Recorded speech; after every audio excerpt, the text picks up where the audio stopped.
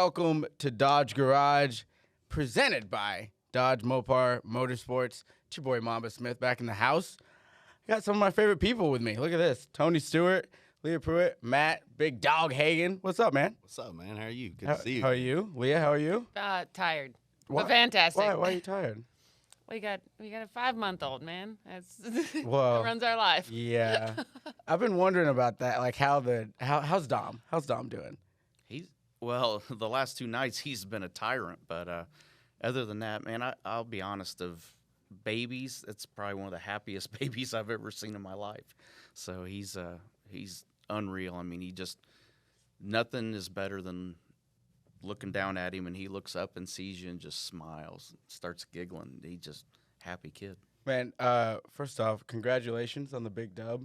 Thank you. Out west. I know that was a big lift for you and the whole team. So how in that moment when you finally got to see Dom and Leah and your dad saw Nelson running down, man, I loved it. It was so great. What was that like for you? You know, I had thought about it before and wondered what it would be like in that moment, but I think what caught me off guard, you know, you win the race, they bring you back down. Matt's done this a million times and Leah has as well, but coming down and they put a stage on the track and let the fans come around there. And so we're up doing the interview and Jason looks over his shoulder. So just instinctively, I looked over my shoulder and there's Leah at the top step with Dom in her hands. And I about lost it, literally. And it's like you can think about it all you want, but you have no idea till it happens. And just and Dom has no clue, by the way, what's going on. But it's irrelevant. It's just the fact that it's your wife and your son there, and you, as a family, you're getting to celebrate together and celebrate that first win together. So just an unbelievable feeling. And I think one of my favorite photos is, like you mentioned, my dad's 87 now. And it's, Leah and Dom and my dad and I there in Victory Lane. So that's something that, like I said, you can think about what you think it's going to feel like, but till you get in that moment, I mean, it was unbelievable, really special. You've been in Victory Lane a lot of different times, whether it's teammates or whatever. This was a first for you too. So what was that like for you? Oh my goodness, I was trying to compare like the different levels of joy and happiness and everything that I felt on the starting line, and it was like a kaleidoscope of just happy for everybody. I mean, for one, being on the line is so cool. When you're in the final round, I mean, when you're in the car, and we're the first ones as drivers to see that win light, and you're by yourself pulling the parachutes and turning the corner, and you have media there to celebrate with you. But when you get to be with the crew that helped, the majority that made it happen, and celebrate with them, I mean, that is just as rewarding as being in the car. And I think it speaks to different people race for different reasons and enjoy winning in different ways.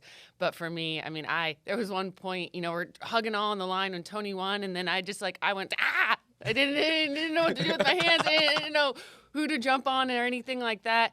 And then from there, I ran and I got on a scooter that had like 2% left of battery and trying to make it down to Tony and celebrate with them. But man, there has been so much pressure. I'm sure that we'll talk about it, but for Neil Strasbaugh, Tony's crew chief, and for Tony to win in the NHRA space in Top Fuel, and for that to happen, and for it to happen at the 4-wide. I mean, we talk about how great it is, or maybe how some drivers hate it, they love it, what it might be. Matt, I turn my trophies around the other way. So they don't have to say 4-wide on them.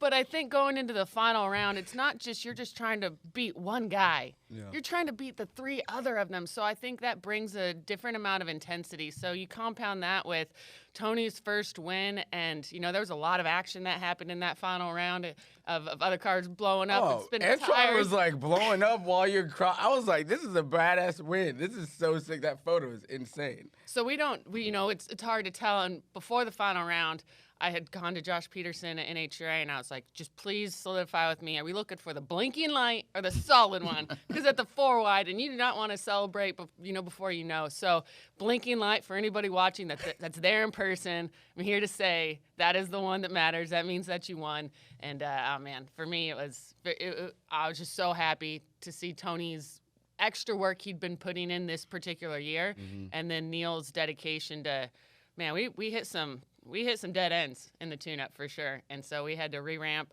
and they figured it out, and we saw some success, and now it's a whole new week, it's a whole new race, and that was 2 weeks ago. Yeah, Matt, you got when I've known Tony for a good portion of my life, and I've known you guys separately. So when you guys all came together as a group, I was like, man, Hagan and Stewart.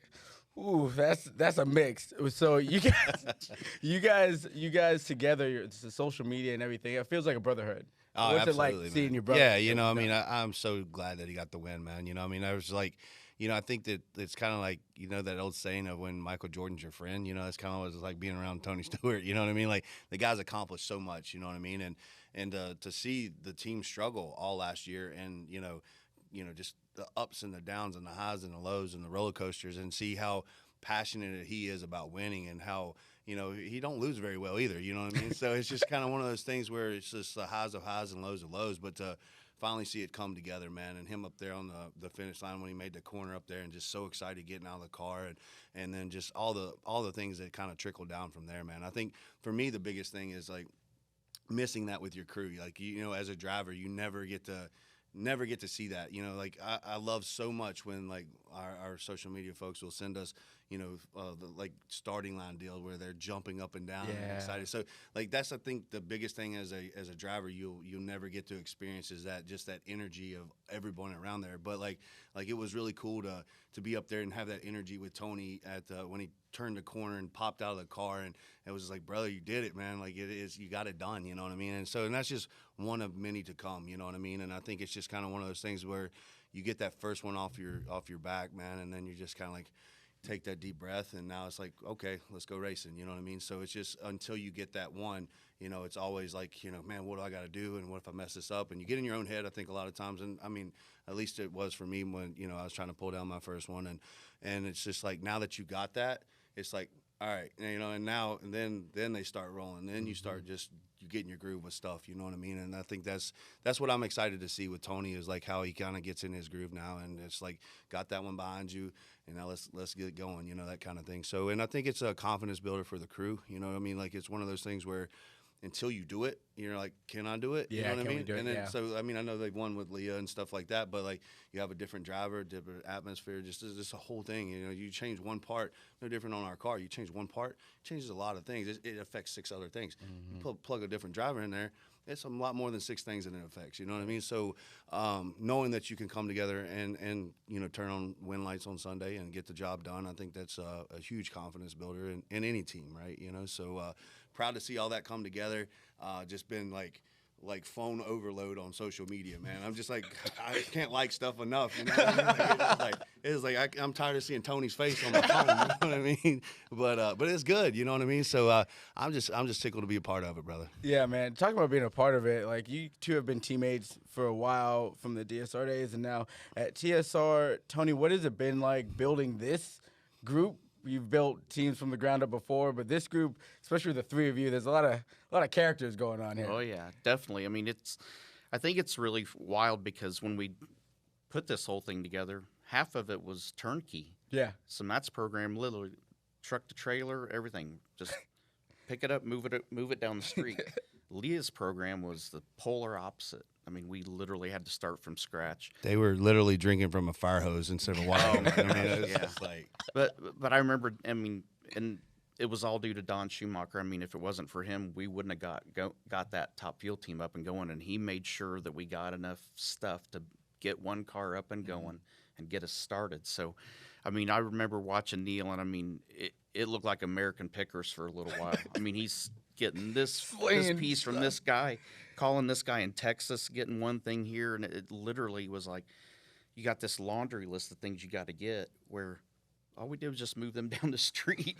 It's like a Chinese fire drill on the Top Fuel side over there. But it was fun to watch how it all came together. Yeah.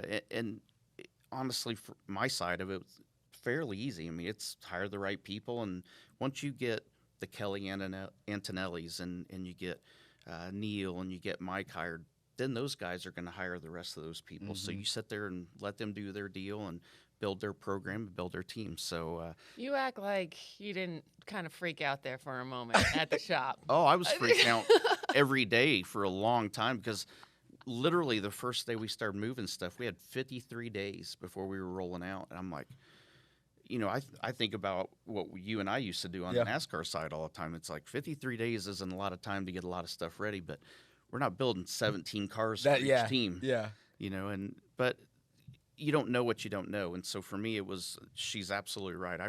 I mean, we stayed in the motorhome at the shop every day with 3 dogs in a motorhome. I mean, it was insane to where she finally, about a week before we had to go. Petting zoo in there? Huh? A petting zoo is in there? Damn near. Can I pet that dog? Yeah. Gonna pet that dog, gonna pet that dog, and that dog. But Now it's like, let me see the baby. oh my gosh. Well, yeah, I don't even know that we should have a dog right now. We're down to one, basically 2 dogs. One stays in Indy, but one travels with us. And that dog had a interesting weekend at Phoenix. What happened with the dog? Seriously? What happened with the dog? He was fine. Just want everyone to know that. His name's Cash. He's a toy Australian Shepherd. Oh, come on. Okay, Phoenix, all right? Yeah, what happened with the dog? Two races ago. You know, we're running late qualifying sessions, and we have hospitality. That's where Dom stays, myself. I have a little bit of help. And, you know, at the time that I went to leave, somebody was walking Cash. And so I got strollers and backpacks and milk and pumps and all this stuff, put it in the truck. Hannah and I are like, we got the baby, good. We're gonna meet Tony and Trim back at the hotel, great. Get to the exit, get a call. You left Cash in the trailer, you know? And so He'll be all right. it's fine. Got food and water. He's good. Turn around, I'm like, 24 man, hours. that's so embarrassing, like never gonna happen again. Saturday. No. Go to leave the track. And I don't know if I got a call. No, I remembered myself. Again, leaving the gate. I was like, yeah, yesterday left Cash. Left him again. Oh, my gosh. So after that, I said, Pomona, man, this dog is staying home. And, hey, Vegas was – oh, I left him at home at Vegas, too. Yeah. I mean, there's something about When mom you say brain. you left him at home at Vegas, was that one on purpose or was that on accident too? Totally. And Tony, Yeah. That's a legit question. I too. just want to make sure we're keeping it straight, you know? he was so upset that I was leaving the dog at home. He's like, oh, come on. And I go, no, you're not the one taking him out at 4 a.m. and making sure all this stuff. So those are all little odds and ends there. But anyway, we have the dog with us this weekend. We have the baby with us this weekend. We have our partners. We're make a checklist. set. Yeah. Yeah. Well, here's The the guys thing. on the bottom end, you know, like Rod Stewart. If you forget the dog this time, he can come stay with me. I got you. I There we go. appreciate that. Yeah, so don't worry about it. It's okay. I wanted to touch on something real, like with Tony when we're talking about building the team. Yeah. During all that, I think what a lot of people don't know is that the whole number one reason that Matt and we were able to start with Tony with TSR Nitro and move over is that we had Dodge's backing.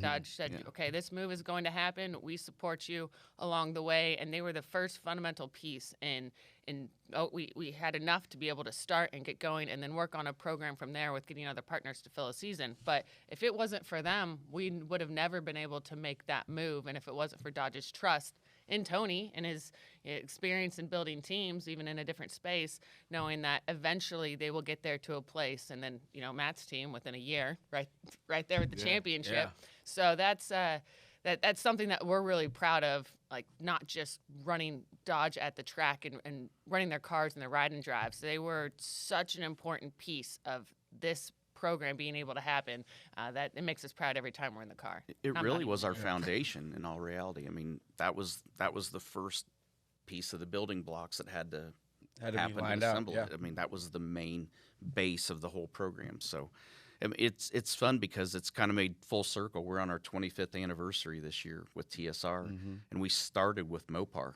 Oh yeah, with the sprint cars, So right? it's come full circle now here, 25 years later, and we're basically back where we started. That's insane. I think about that, and I think about the Dodge family. I feel like how everything is done here is a little bit different.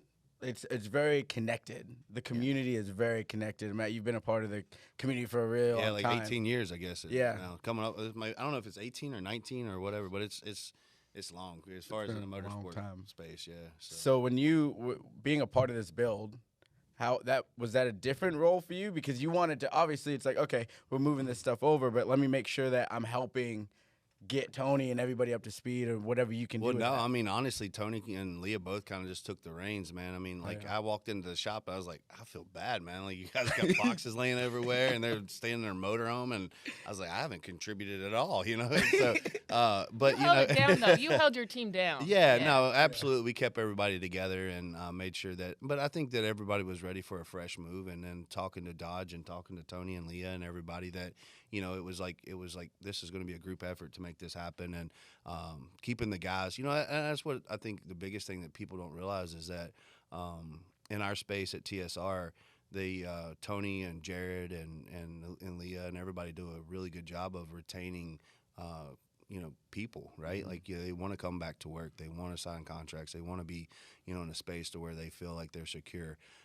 And that's really hard to do in this motorsports industry. I think you have a lot of people that move around, shuffle around, crew guys, crew chiefs, all kinds of stuff. And to have 10 guys that have been beaten up on the road all year long and driving big truck and rooming with each other and listening to each other fart and brush teeth and everything else is like, and they want to come back and do it again. You know what I mean? They want to and go it's back just and like, do it all but over. but you put them in a space that's just it's productive, right? Like, and it's something that they feel like they can grow and they can be a part of and be proud of.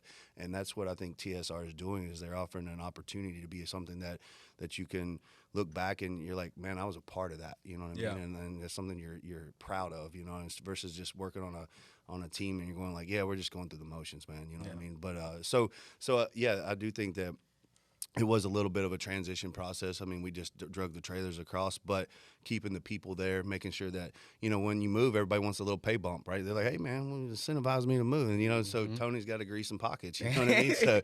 So it just kind of one of those things where they did all the right things that they needed to do to keep the people in place to come out there and win a championship. And then Leah, pretty much running up that same year, you know what I mean? And it just it's hard to do in this space, man. I've watched billionaires come in, and it's not something you can buy, right? Like, it's not something that is just like, okay, well, I'm going to cut a check and I'm going to be a world champion. It just doesn't work like that. You have to have 10 people with one common goal and a lot of sweat equity, right? Like a lot of sweat equity, and just being in that space and believing in yourself and knowing that you have the right group around you and to become a champion, and so it's hard enough to win one race.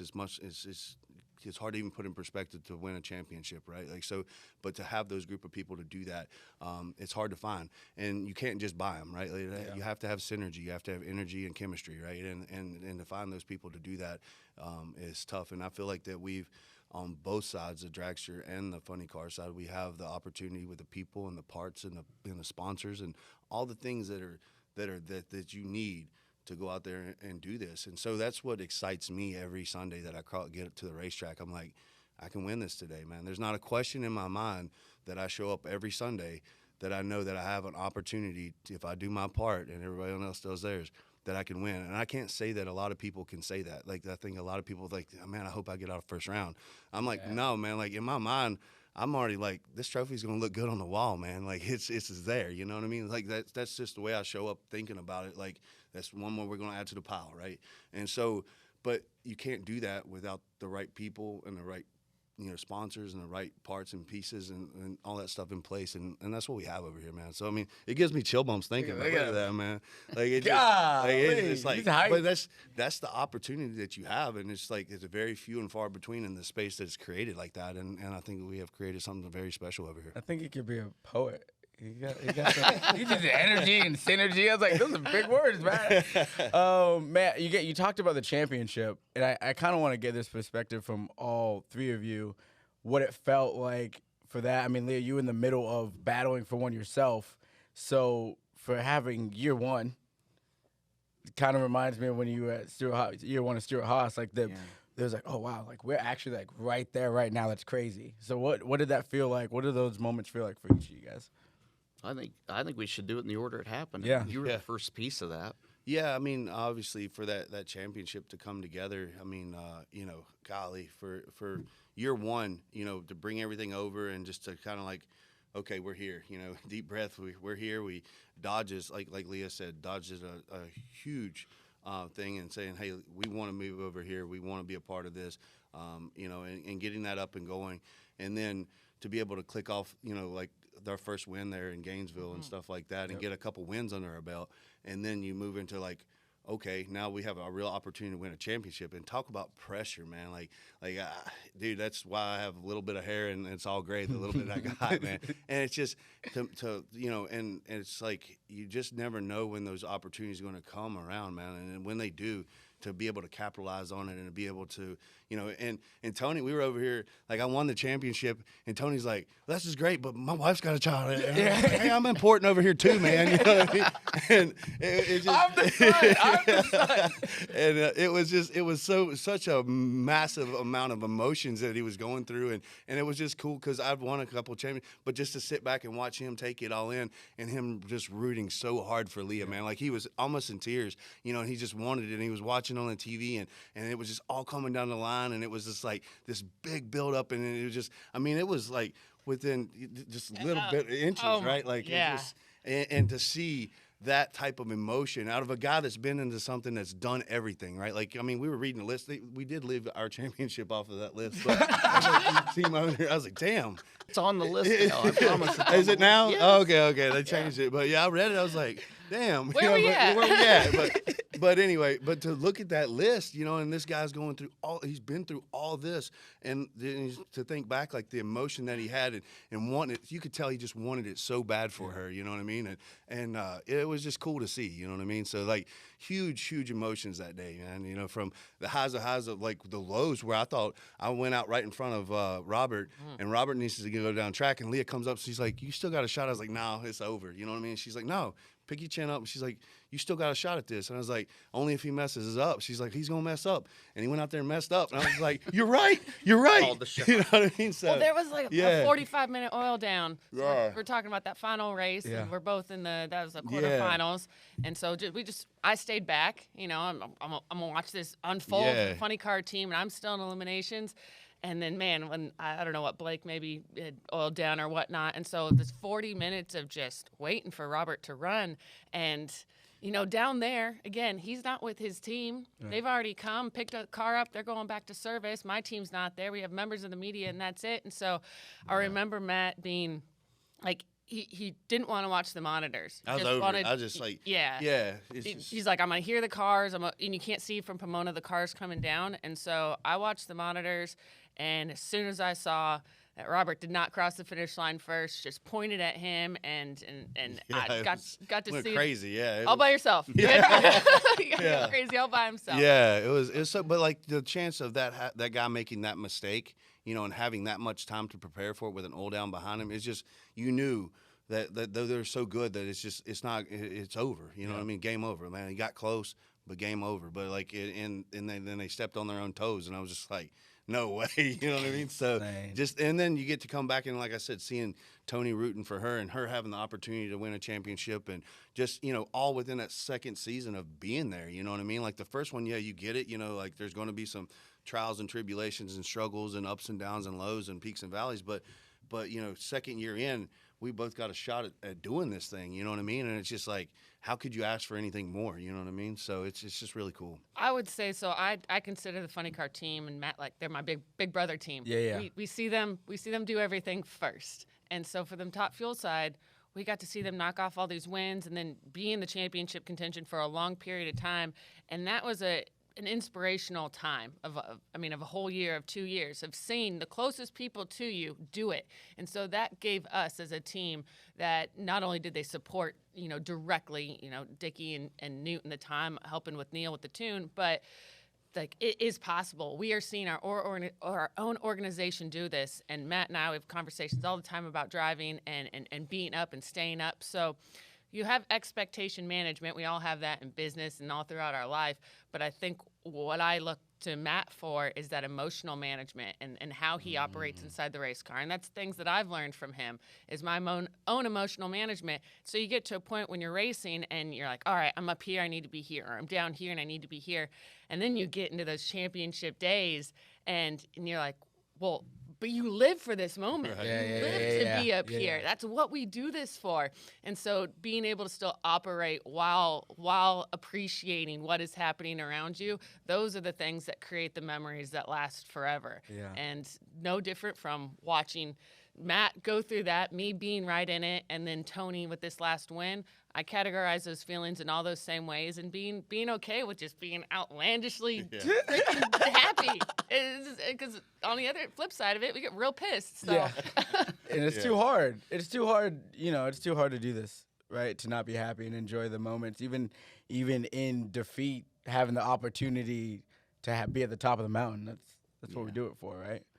Yeah, I think my perspective on that whole thing was, that oil down. I didn't know what to do, so I was back at Leah's trailer, and then they were getting ready, and I rode the scooter up, and it's kind of like a wall before you get to turn into the water box and everything.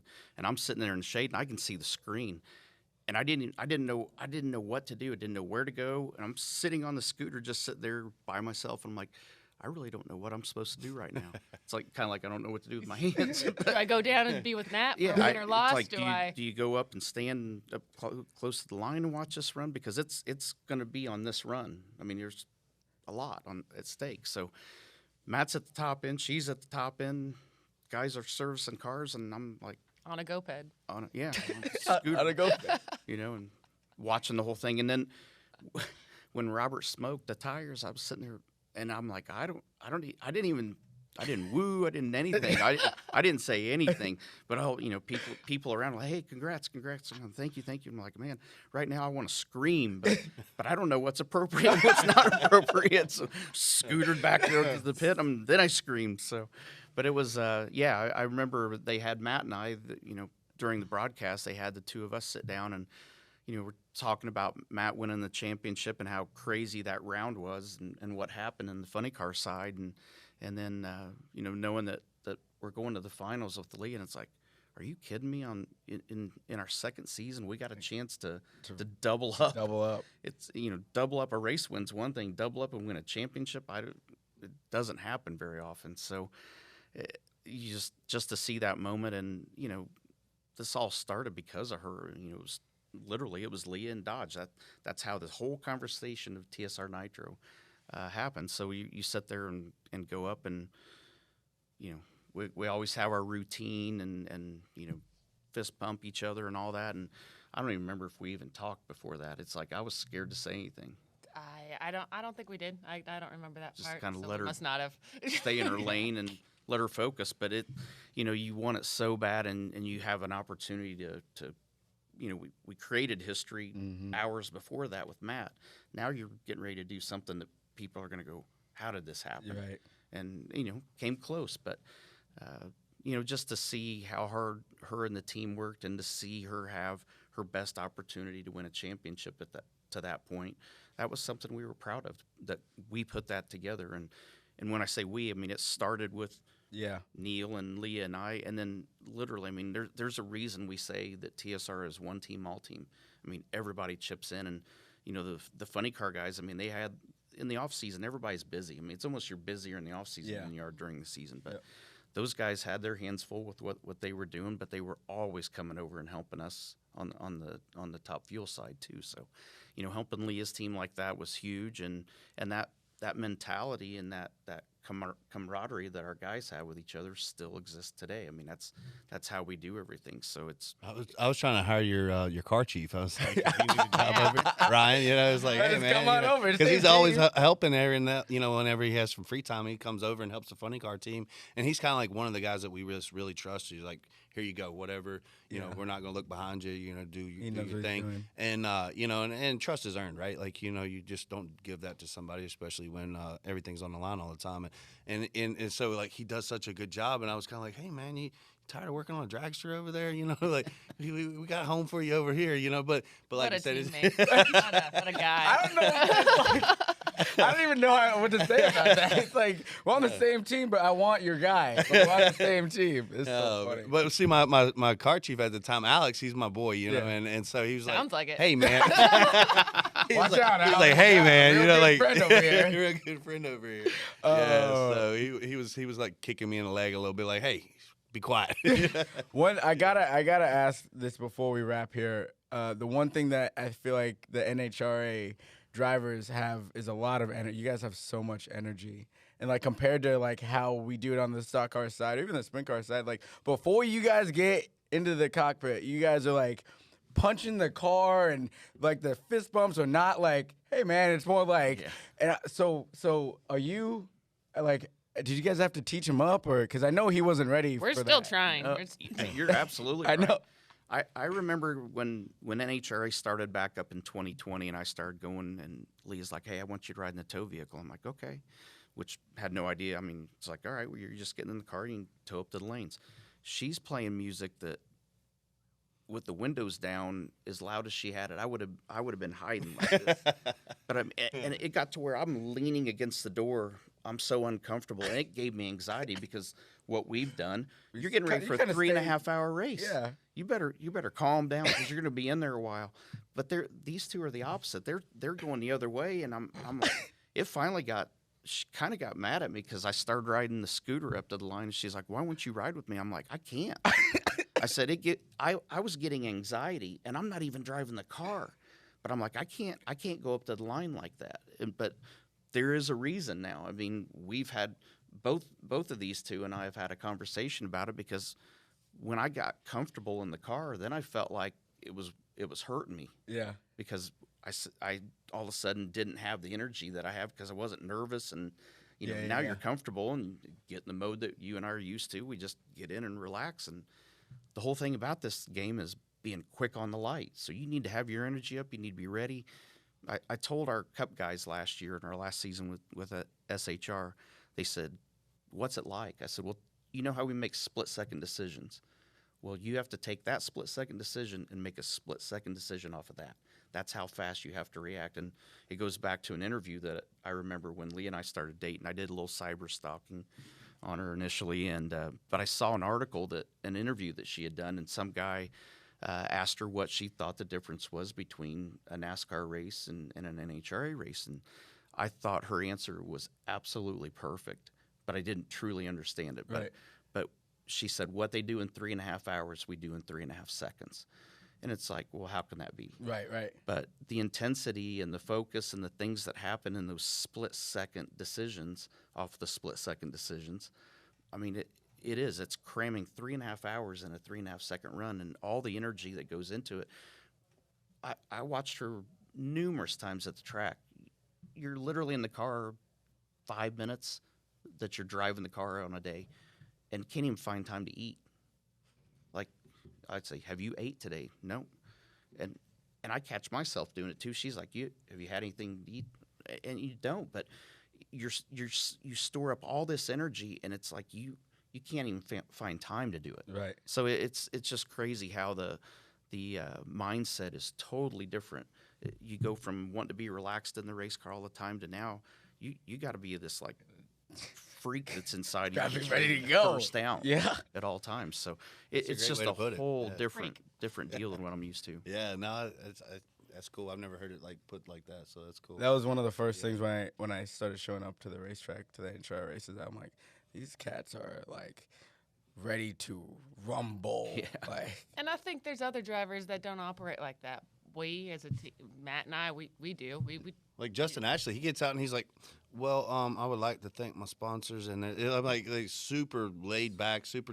I'm like, man, if I could, it reminds me, Leah does great interviews, right? Like she speaks very well spoken. Like thinks about all the sponsors, clicks them. Like when she plugged Dodge earlier, I was like, ooh, that's smooth right there. You know? but does that, right? You know, the direct connection. and then he just pointed to by pointing. I see what you did. No, you know what I'm saying? But like there's some drivers that just get out of the race car and they're just like, okay, I got it together, and it's talk real calm.